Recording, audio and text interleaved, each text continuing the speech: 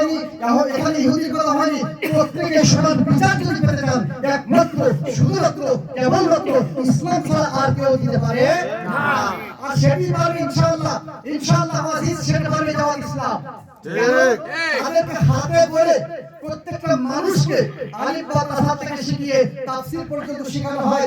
এখানে চোর ডাকাত আসার কোনো সুযোগ নাই। তবে প্রিয় ভাইরা, আমি একটা কথা বলবো, হ্যাঁ, জামাত ইসলাম কি সব ভালো মানুষ না? রাসূলুল্লাহর জামানায় সকলে ভালো ছিল না? ছিল? সকলে ভালো ছিল না? যদি তাই থাকতো তাহলে উহুদের যুদ্ধে যখন গিয়েছিল আব্দুল্লাহ বিন উবাইয়ের নেতৃত্বে কতজন চলে এসেছিল? চলে আসছিল না?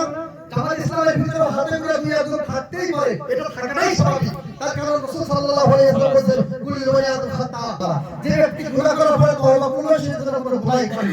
আলহামদুলিল্লাহ, বাংলাদেশ জামাত ইসলাম একমাত্র সংগঠন যে সংগঠনটা প্রত্যেকটা ভাইকে